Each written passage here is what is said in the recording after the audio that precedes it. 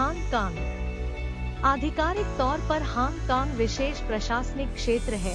इसके उत्तर में ग्वांडो और पूर्व, पश्चिम और दक्षिण में दक्षिण चीन सागर मौजूद है। हांगकांग एक वैश्विक महानगर और अंतर्राष्ट्रीय वित्तीय केंद्र होने के साथ साथ एक उच्च विकसित पूंजीवादी अर्थव्यवस्था है। एक देश दो नीति के अंतर्गत और बुनियादी कानून के अनुसार इसे सभी क्षेत्रों में उच्च स्तर की स्वायत्तता प्राप्त है, केवल विदेशी मामलों और रक्षा को छोड़कर, जो जनवादी गणराज्य चीन सरकार की जिम्मेदारी है। हांगकांग की अपनी मुद्रा, कानून प्रणाली, राजनीतिक व्यवस्था, अप्रवास पर नियंत्रण, सड़क के नियम है और मुख्य भूमि चीन से अलग यहाँ की रोजमर्रा के जीवन से जुड़े विभिन्न पहलू हैं। एक व्यापारिक बंदरगाह के रूप में आबाद होने के बाद हांगकांग 1842 में यूनाइटेड किंगडम का विशेष उपनिवेश बन गया। 1983 में इसे एक ब्रिटिश निर्भर क्षेत्र के रूप में पुनर्वर्गीकृत किया गया। 1997 में जनवादी गणराज्य चीन को संप्रभुता हस्तांतरित कर दी गई। अपने विशाल क्षितिज और गहरे प्राकृतिक बंदरगाह के लिए प्रख्यात, इसकी पहचान एक ऐसे महानगरीय केंद्र के रूप में बनी जहां के भोजन, सिनेमा, संगीत और परंपराओं में जहां पूर्व में पश्चिम का मिलन होता है।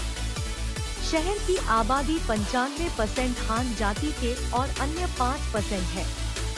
70 लाख लोगों की आबादी और 1054 वर्ग किमी 407 वर्ग मील जमीन के साथ हांगकांग दुनिया के सबसे घनी आबादी वाले क्षेत्रों में से एक है।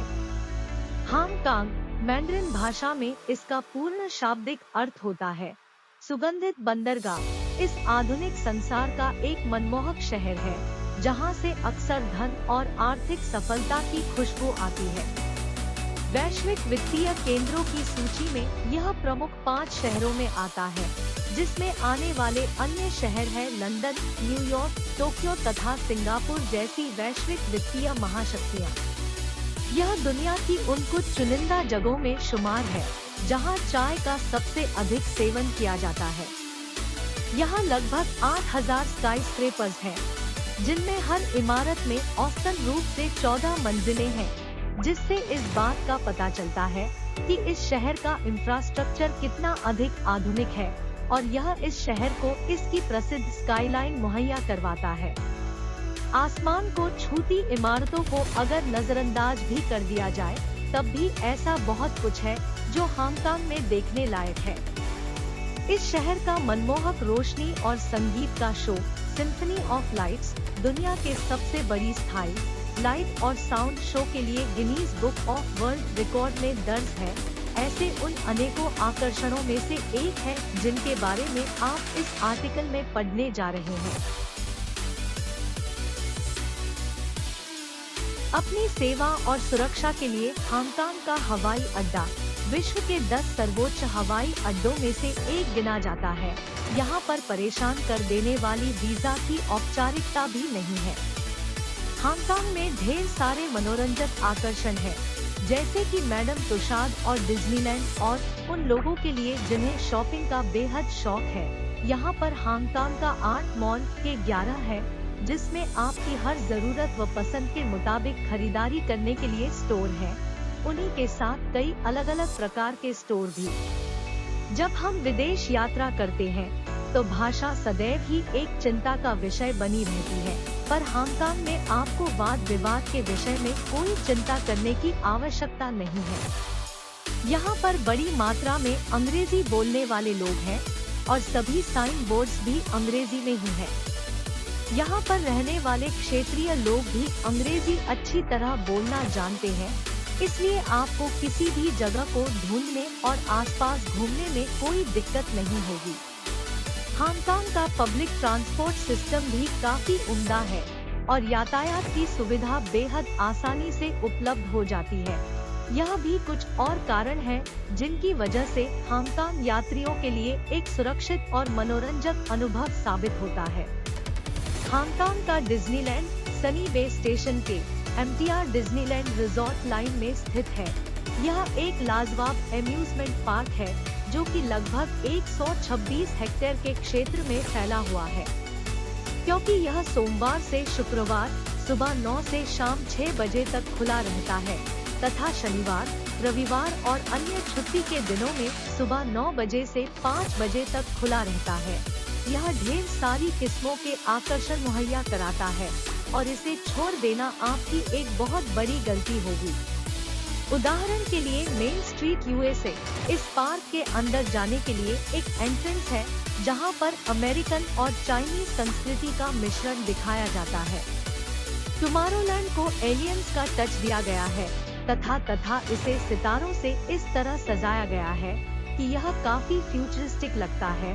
इसके अलावा यहाँ फैंटेसीलैंड है जहाँ पर आप अपने नन्हे मुन्ने बच्चों को सिंड्रेला, स्नो वाइट, डम्बो, विनी पू और इन्हीं की तरह अन्य डिज्नी के कैरेक्टर्स से मिला सकते हैं।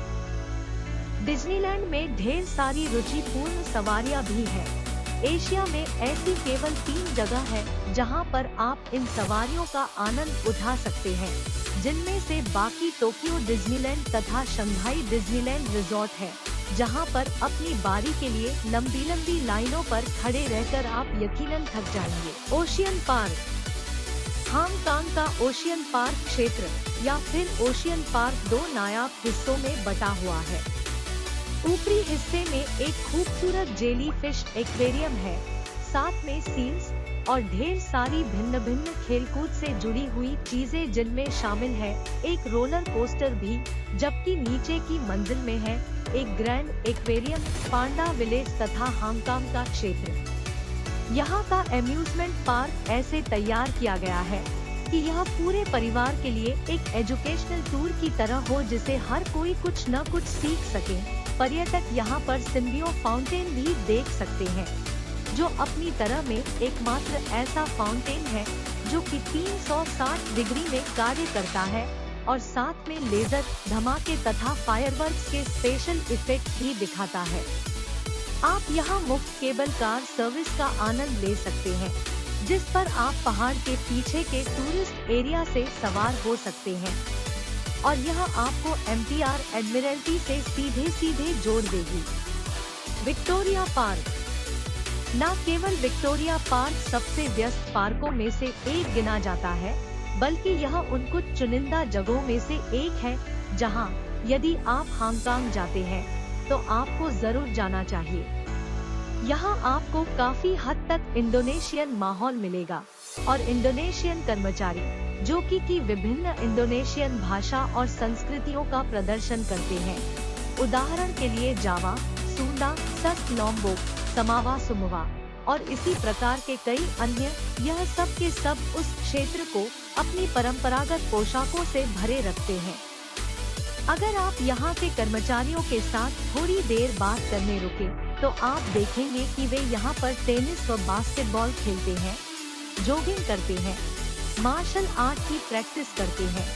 यह सब एक खास स्थल पर जो कि न कॉजवे बे में स्थित है, जो कि वान चाई डिस्ट्रिक्ट का ही एक हिस्सा है।